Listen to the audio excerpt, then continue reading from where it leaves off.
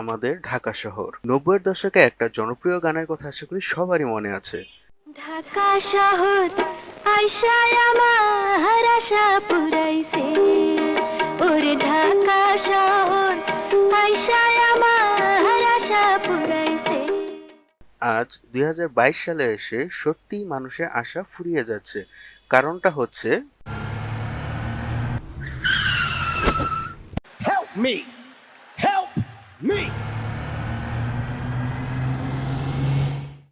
ঢাকার গলায় কাটার মতো আটকে আছে এই যানজট। 10 মিনিটের রাস্তা পার হয়ে গন্তব্যে পৌঁছাতে 1 থেকে 2 ঘন্টার বেশি সময় লেগে যাচ্ছে সাধারণ মানুষের।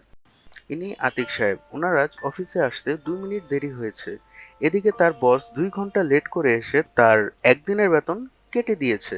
ঢাকার সড়কে কেন এত যানজট? আমাদের ব্যাকবেঞ্চার টিমের অনুসন্ধানে বেরিয়ে এসেছে এক চাঞ্চল্যকর তথ্য। অবশেষে আমরা জানতে পারি ঢাকার সড়কে গণপরিবহনের তুলনায় ব্যক্তিগত গাড়ির সংখ্যা 50% বেশি। অবৈধ পার্কিং, ফ্লাইওভার ও মেট্রো রেলের কাজ চলার কারণে রাস্তা হয়ে এসেছে আগের চাইতে অনেক সরু। চলুন দেখি সাধারণ মানুষ কি বলছে। ধুর, এই যানজট আর ভাল লাগে না। আজকেও অফিসে যাইতে দেরি হবে। মেট্রো রেল হয়ে গেলে আশা করি যানজট কমবে। হয়তো মেট্রো রেল চালু হবার পর ঢাকার বুকে যানজট আরও কমে আসবে। হোক ব্যক্তিগত গাড়ি চেপে আরামে অফিস যাত্রা কিংবা কচ্ছপ গতির দোতলা বাসে ঝুলতে ঝুলতে গৃহযাত্রা, সাধারণ মানুষ চায় যানজটবিহীন ঢাকা শহর।